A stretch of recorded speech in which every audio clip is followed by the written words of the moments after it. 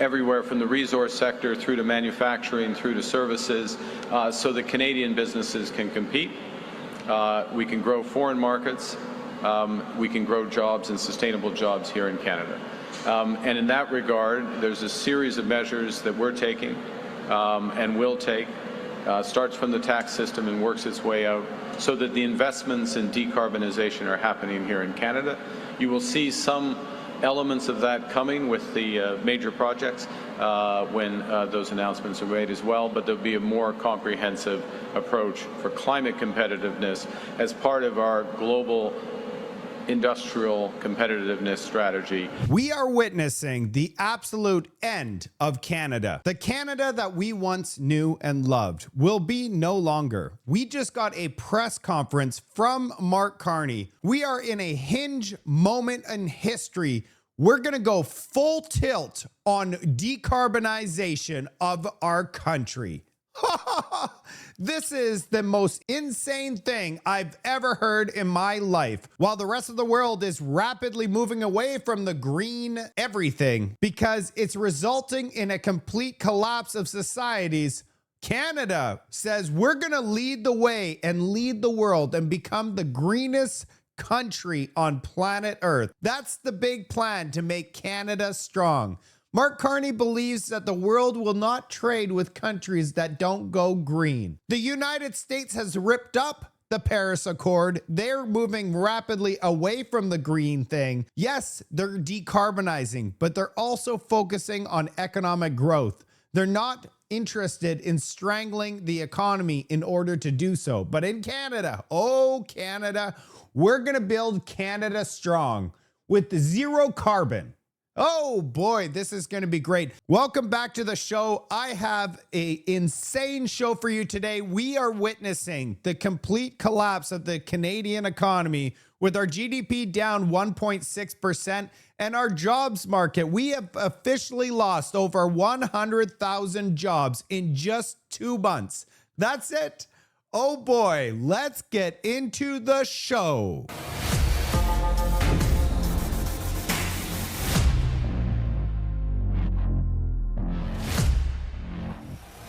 Canadians just made a massive mistake electing the Liberals for a 4th term. The fear of Donald Trump clouded people's brains. They could not even think about the real repercussions of electing another Liberal government after a decade of our standard of life basically running away and flying into non-existence.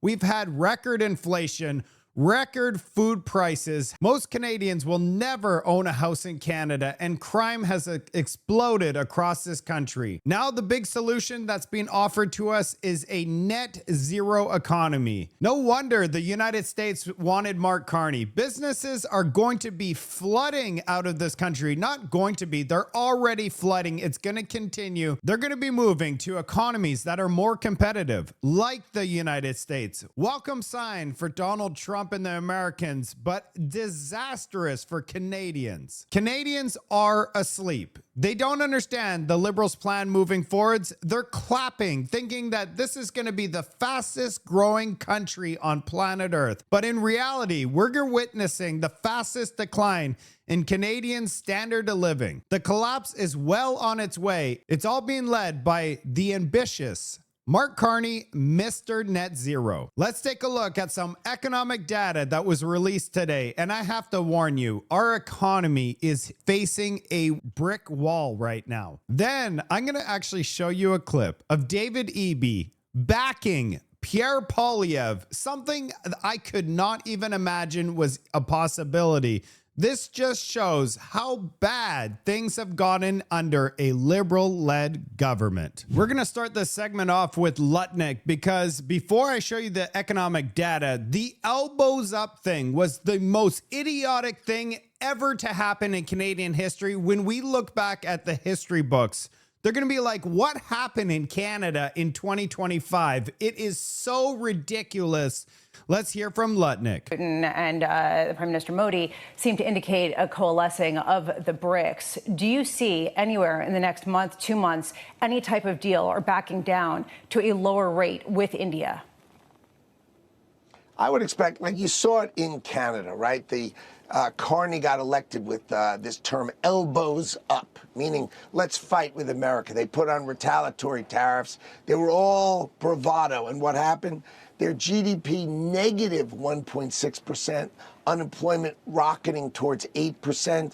And what did Carney just do? He just finally dropped his retaliatory tariffs. So I think what happens is it's all bravado because you think it feels good to fight with the biggest client in the world. But eventually, your businesses are going to say, you've got to stop this and go make your deal with America. So I think, yes, in a month or 2 months, I think India is going to be at the table and they're going to say they're sorry and they're going to try to make a deal with Donald Trump. And it will be on Donald Trump's desk how he wants to deal with Modi. And we leave that to him. That's why he's the president. What do you think about what Lutnick just said? So basically, the elbows up thing, we saw it collapse, come straight down. The only reason that the elbows up thing existed in the first place was in order to get Mark Carney elected. That is it. That is the only reason. Because outside of that, it is not a good idea to elbow somebody. It's a 5-minute major and a game ejection for a cheap shot. You don't do it. So even the thought and creation of the entire thing, it was just a bad idea. And bad ideas come at a massive price. Check out the unemployment rate per city. Windsor went from 7% to 11.1% this year. This is all this year, ladies and gentlemen. Oshawa is up to 9%. Toronto, basically 9%. Edmonton, 8.5. Calgary, 7.7. Waterloo, 7.1. And we're seeing these numbers don't even make sense. Imagine having an 11.1% unemployment rate in your city. This is catastrophic, Canada. Just the unemployment that's seeing an implosion right now. Employment rate by age group. If you look at the 15 to 24 age group, 53.8%. That means almost half of the population of our youth are not working. They're not even looking for work. 15 years and older is at 60.5. We haven't seen numbers like this outside of the pandemic in a decade. It is concerning. And the core age, 25 to 54, 82.7. And it's all going down if you take a look. People age 55 to 64, 63.8. All the numbers are down across Canada. This is a troubling sign. So if you are in this segment, which is the employed rate, that means the people that are not captured here are not even included in the unemployment rate. You need to be actively looking for work in order for you to be classified as unemployed. But when you look at the economy and say, you know what, I don't want to participate in this economy, you are not even looking for work. That means you're not part of the unemployment rate. 50% of our youth are not even looking for work. And we're in big trouble in Canada. 66,000 this is month of August, 40,000 in July, 33,000 in March. We're talking major job losses across Canada. And that's why when the Liberal government decided to go on a 2.5-month vacation, they only worked in the House of Commons for 20 days this year.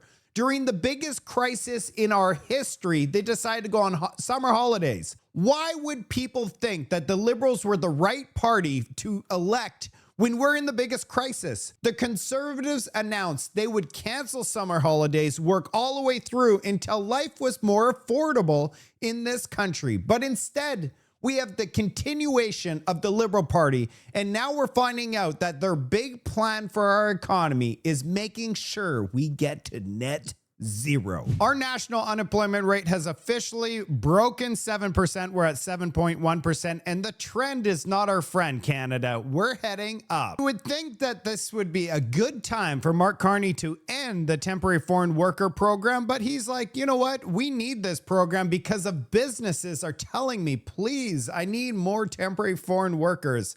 Of course, the businesses are going to say that because they are making a fortune with this program, but Canadian citizens, we're ending up unemployed. Issue is access to temporary foreign workers. Okay?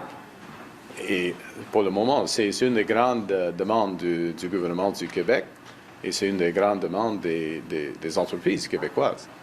Il faut garder ce programme, pas éliminer ce programme. We need to keep this program, not eliminate this program. This guy is a complete disaster. That's why I publish on my X account, Canada lost 100,000+ jobs in 2 months. 48 hours ago, Mark Carney said we needed more temporary foreign workers. This government, it's a clown show under a tent that is collapsing. You know our country's in big, big trouble when you have the most woke left-wing NDP leader in the country come out against Mark Carney and in favor of Pierre Poilievre. Wake up, Canada. This is a wake-up call. It's time for a serious and adult conversation about addressing these immigration issues in our province and in the country.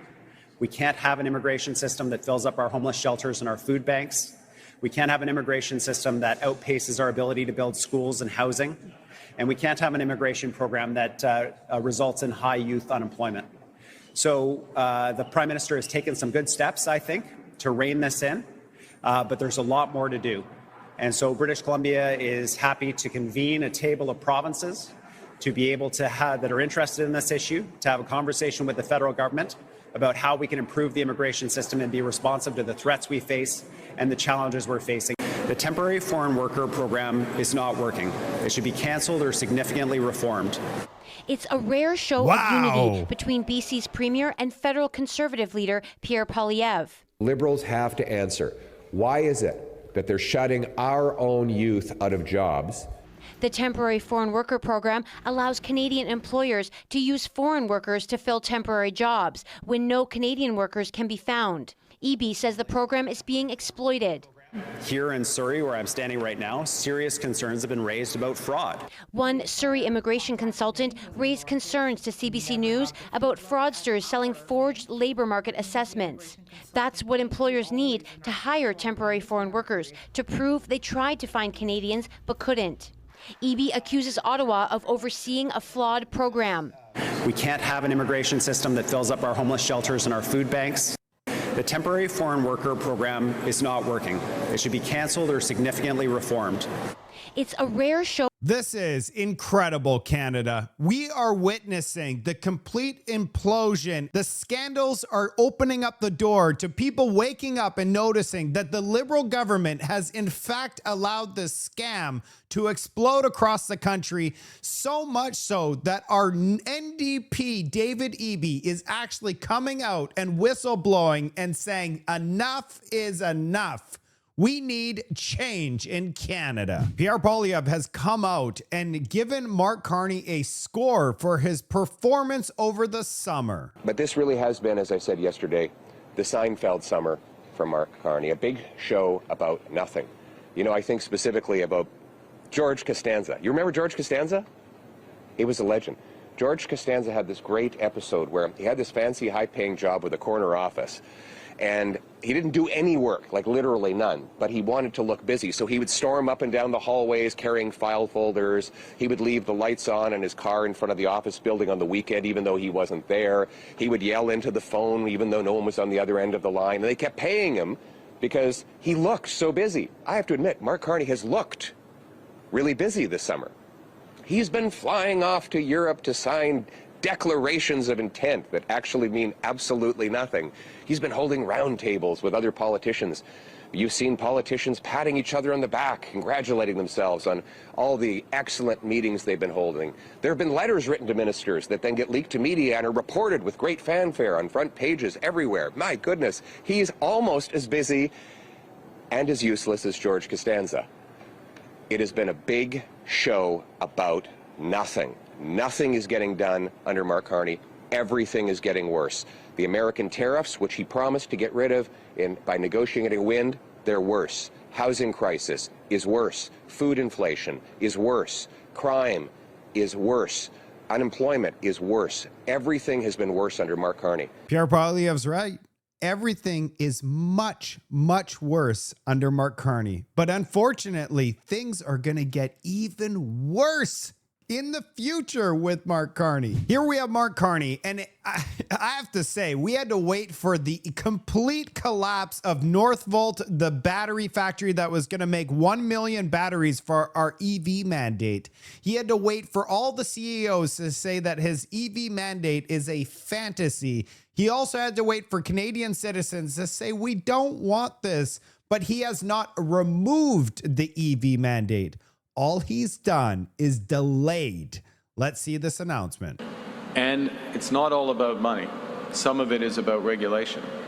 So to add flexibility to the automotive sector, we will remove the 2026 electric vehicle availability standard, which specifies the share of new vehicle sales that must be electric next year. This will provide immediate financial relief to automakers at a time of increased pressure on their competitiveness. And the government will begin immediately a 60-day review of the EV standard to identify future flexibilities and ways to reduce costs. And we'll advance new options to bring more and more affordable electric vehicles to Canadians. What does that mean? What does advance more affordable electric vehicles for Canadians? Does that mean he's going to allow EVs from China to come into Canada? I don't think so. He's going to try to figure out a way to make this Canada strong, made in Canada with electric vehicles. They're going to do the 60-day review, but we all know that he's going to continue to push forwards with this EV mandate. So if we don't get 20% EV sales by the beginning of next year, he's just going to push it out to 2027. 40% of cars are going to have to be sold as EV in a year and a half from now. Guaranteed. I got to show you this part with Mark Carney. The thing is, he uses fear in order to drive his policies. That's how he operates. What's going on is not a transition. It's a rupture. And its effect will be profound. Yeah. And then he goes on and on about how our relationship with the U.S. is over again when 85% of all our trade with the U.S. is tariff free. We need to trade with the rest of the world. We're only going to trade with the rest of the world with the countries that are ambitious enough to go towards net zero. We're going to have our own little block between the net zero countries and do carbon credits and trade with like-minded people. The US are finished to Canada because they don't care for net zero. This is the future of Canada under Mark Carney. How do I know this?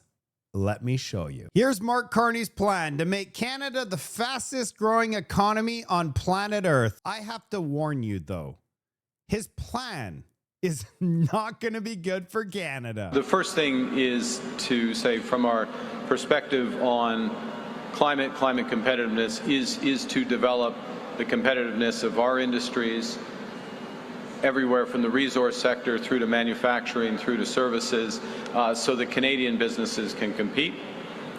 We can grow foreign markets. We can grow jobs and sustainable jobs here in Canada. And in that regard, there's a series of measures that we're taking and will take, starts from the tax system and works its way out, so that the investments in decarbonization are happening here in Canada. You will see some elements of that coming with the major projects when those announcements are made as well, but there'll be a more comprehensive approach for climate competitiveness as part of our global industrial competitiveness strategy, and you'll see that in the. Holy crap. So our projects of national interest are going to be the ambitious goal to get to net zero. So our projects are not going to be like build, baby, build, drill, baby, drill. No, net zero, baby, net zero. And like-minded countries, when he's saying that we want to be competitive with who? With the United States, because they've ripped up Paris Accord. They're going full tilt, drill, baby, drill. They are trying to export all the natural gas, all the oil. They continue to go full tilt with their energy resources. But in Canada, He wants to trade with net zero countries when we have the 4th largest oil reserve on planet Earth. We have all of the resources that the planet wants, but no one's going to have access to them because they need to be net zero. Canada is in decline, and it's going to decline faster than we've ever seen in Canadian history. And he's going to bankrupt us in order to get to his net zero fantasy. Why do I know this? It's because he is planning on spending billions upon billions to get us towards this goal. He's using our future's future, our kids' future money, in order to use this hinge moment in time where we need to transition away from the United States and move towards like-minded countries to get to net zero. We're finished in Canada. We need an election right now. This is the scariest thing I've ever seen in my life. I'm born in Canada. I love this country. We are not going in the right direction with this leadership. Of course, 3 different times the Liberals won, and now a 4th time. Do you think that things are going to change after the 4th time? No, it doesn't matter. This is putting on new lipstick on the same broken ship. We are heading down to the bottom of the ocean. It's over. We need change, and we need it now. Look at David Eby. He's actually waking up too. He's like, oh yeah, he's doing a good job, but we need to get rid of this. Wake up, Canada. This is our wake up time. This is the hinge moment for Canada. We need a mass awakening event where we reject the Liberals altogether. We need to wipe them out of politics, just as we did with the NDP. I got one more of Mark Carney. It's only 30 seconds, but you should see it because this basically outlines his entire plan, and I'll explain after. Now we need to use government procurement using Canadian taxpayer dollars to spur Canadian businesses for longer-term prosperity. To support Canadian industries, the government's introducing a new comprehensive Buy Canadian policy that will move from best efforts to buy Canadian to a clear obligation to do so. All right, perfect. If there's a clear obligation to do so, the first announcement I expect from this government is they're tearing up the $1 billion loan they're giving to the BC ferries to buy ships from China. If they continue to go down that road and buy those 4 ferries, his entire speech is in the toilet, in my opinion. It's all manufactured. It's all a lie. You say something, you need to follow through. Let's take a look at Pierre Poilievre's reaction to Mark Carney removing the EV mandate just for next year, just for 1 year. But let's see his reaction. He's flip-flopped. After being a passionate advocate for banning gas-powered vehicles, calling for them to be banned by 2030 in his book, Values, which, by the way, was much more aggressive than Trudeau's plan to ban them in 2035. He's finally admitted that the Conservatives were right, just like we were right on the carbon tax. But he's doing a clumsy retreat, saying that he's going to delay this mandate.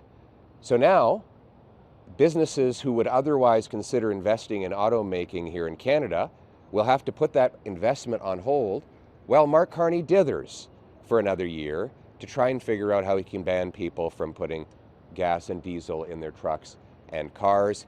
Mark Carney can't even get his flip-flops right. Yeah, he's a complete disaster, Canada. It's just, we need change in this country. It's very unfortunate we elected another Liberal government because of lipstick. We were duped. That's it for today's report. At least we have some good news on a Friday. The removal of the EV mandate for just 1 year. Just 1 year. That is something to look forward to and positive. And we also have something else to look forward to. We are officially 10 days away from the House of Commons opening back up, and it's guaranteed going to be massive fireworks from day one.